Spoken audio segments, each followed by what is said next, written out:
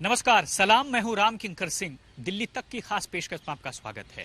राजेंद्र नगर उपचुनाव पर जो जीत हुई आम आदमी पार्टी के दुर्गेश पाठक की, वह 11,000 वोटों से हुई। यानी 11,000 वोटों के अंतर से वो जीते। आपको बताऊं कि इस बार जब 2022 में ये चुनाव हो रहा है, तब 2015 और 2020 के मुकाबले ये जो अंतर है वो काफ़ी कम है। पहले 20,000 वोटों का अंतर था।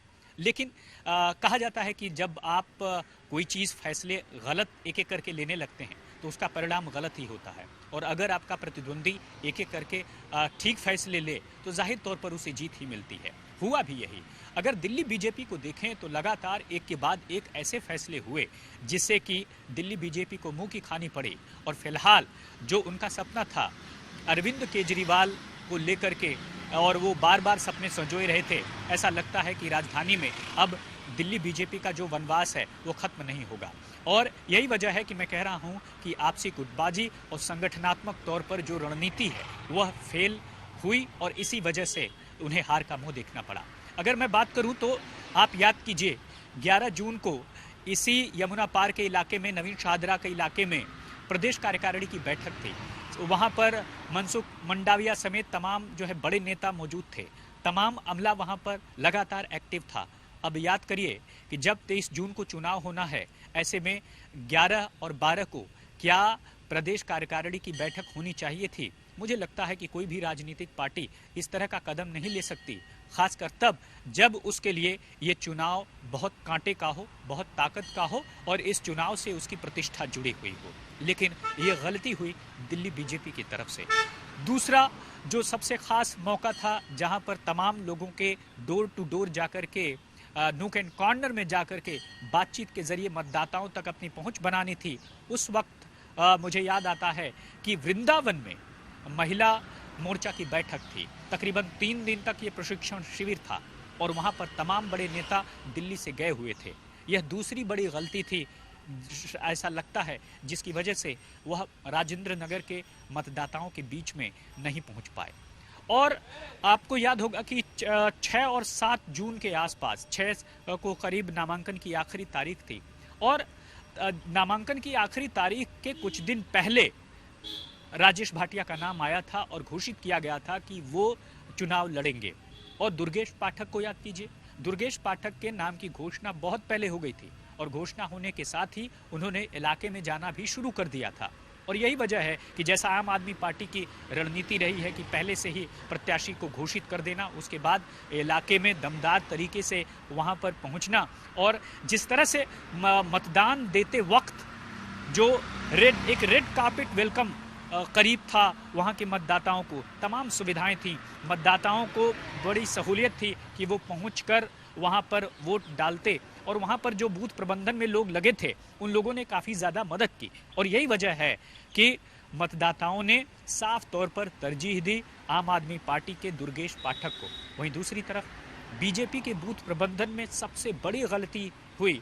जो पार्टी से जुड़े बेहद करीबी लोग हैं उनका ये साफ तौर पर कहना है कि लगातार जो है सब कुछ ठीक चल रहा था, तमाम बैठकें हो रही थीं, मतदाताओं के बीच पहुंच बरकरार हो रही थी, लेकिन इन सब के बीच वोटिंग होने के एक दिन पहले तक जो मतदाता सूची बूथ प्रबंधन में जुड़े लोगों के हाथ में थी वह पुरानी थी।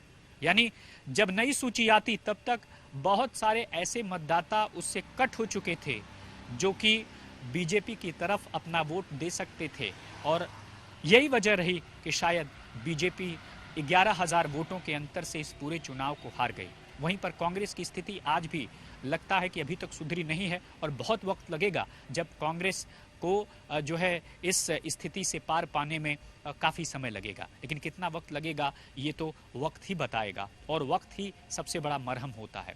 ऐसे में अंदाज़ा लगाइए कि जहां पर आम आदमी पार्टी के दुर्गेश पाठक लगातार ताबड़तोड़ प्रचार कर रहे थे, खुद अरविंद केजरीवाल मौके पर थे, उन्होंने इस चुनाव को केजरीवाल वर्सेस राजेश भाटिया किया था, और जो साफ तौर पर बार बार बाहरी वर्सेस लोकल स्थानीय निगम पार्षद या स्थानीय शख्स की मौजूदगी की बात कही जाती थी, मतदाताओं ने उसे सिरे से नकार दिया। और जब वोटिंग पर टर्नआउट तकरीबन 43% था, तभी यह अंदाज़ा लग गया था कि जो हारने का परसेंटेज होगा वो कम होगा, लेकिन फाइट बहुत कांटे की टक्कर होगी। यही वजह है कि कई राउंड में राजेश भाटिया आगे चले और कई राउंड में आम आदमी पार्टी के दुर्गेश पाठक ने उन्हें पीछे किया, लेकिन आखिर में जीत आम आदमी पार्टी के दुर्गेश पाठक की ही हुई।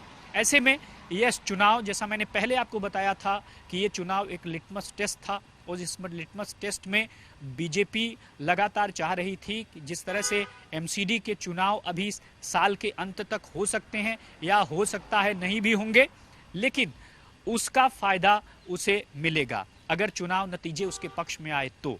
लेकिन अब चुनाव नतीजे जिस तरह से आम आदमी के पक्ष में हैं, उससे साफ अंदाजा यही लगता है कि आने वाले दिनों में जो रणनीति है आम आदमी पार्टी की और करारी होगी और तेज होगी, धारदार होगी, और साफ तौर पर वह अब एमसीडी चुनावों को लेकर अपनी हुंकार भरेंगे और साफ तौर पर कोशिश करेंगे कि वह भले ही उन्हें कोर्ट में जाना पड़े और चुनाव कराना पड़े, इसके लिए वह लेंगे, क्योंकि राजेंद्र नगर का जो उपचुनाव था वो साफ साफ दिखाता है कि दिल्ली के मुख्यमंत्री अरविंद केजरीवाल की कार्यशैली और उनके तरीकों को लोगों ने हाथों हाथ लिया और उसके बाद उनके प्रत्याशी को जिताया। वहीं दूसरी तरफ अगर दिल्ली बीजेपी की बात करूं तो जो करिश्मा मनोज तिवारी नहीं कर सके उसे आदेश गुप्ता भी नहीं कर पाए। अब आदेश गुप्ता के अलावा क्या तीसरा कोई ऐसा शख्स होगा जो कि दिल्ली बीजेपी को उस आम आदमी पार्टी के अरविंद केजरीवाल के विपक्ष में खड़ा करके चुनौती दे सकेगा? ये सवाल है, और इस सवाल का जवाब दिल्ली बीजेपी के तमाम बड़े नेताओं को भी नहीं है, क्योंकि आज भी दिल्ली बीजेपी बहुत बड़ी गुटबाजी और तमाम दूसरी चीज़ों से जूझ रही है। एक नेतृत्व की कमी दिखती है, जैसा कि आम आदमी पार्टी में दिखता है कि वहां पर अरविंद केजरीवाल के चेहरे को आगे करके पूरा का पूरा चुनाव लड़ा गया। यहाँ पर राजेश भाटिया अकेले थे। दूसरी तरफ संगठनात्मक तौर पर जो कमियां हुई, यही वजह है कि दिल्ली बीजेपी को हार का मुंह देखना पड़ा, हार का सामना हुआ। दूसरी तरफ आम आदमी पार्टी के दुर्गेश पाठक को इस चुनाव में बड़ी जीत मिली। तो अंदाजा लगाइए कि इस लिटमस टेस्ट में आम आदमी पार्टी पास हुई, दिल्ली बीजेपी फेल हुई। हार का मंथन होगा और उस मंथन के बाद साफ हो पाएगा कि आखिर क्या वजह, क्या कमियां रहीं जिसकी वजह से वो चुनाव हारे। बात करते हैं कांग्रेस की। कांग्रेस के तमाम वोट बैंक ही शिफ्ट हुए हैं आम आदमी पार्टी की तरफ, लेकिन ऐसा लगता नहीं है कि कांग्रेस कोई खास कारनामा आने वाले दिनों में कर पाएगी। और यही वजह है कि कांग्रेस के वरिष्ठ नेता अनिल भारद्वाज ने साफ तौर पर कहा है कि जो उन्होंने मैनिफेस्टो बनाया था, उस मैनिफेस्टो को राजेंद्र नगर के लोगों के कल्याण के लिए बनाया गया था, लेकिन ऐसा लगता है कि वह उन मुद्दों को लेकर के उनके बीच पहुंचने में नाकाम साबित हुए। लिहाजा आने वाले दिनों में बैठक करेंगे और बैठक के बाद ही साफ हो पाएगा कि किस तरह से हार के क्या कारण थे, क्या वजह रहीं, और सबसे बड़ी बात कि इतना कम वोट क्यों मिला कांग्रेस की कैंडिडेट प्रेमलता को। तो राजेंद्र नगर उपचुनाव पर मेरे इस खास पेशकश में बस इतना ही। मेरे वरिष्ठ सहयोगी रविकांत तोतावर, मुझे और दिल्ली तक की पूरी टीम को दीजिए इजाजत। फिर हाजिर होंगे एक नए मुद्दे के साथ। तब तक के लिए धन्यवाद।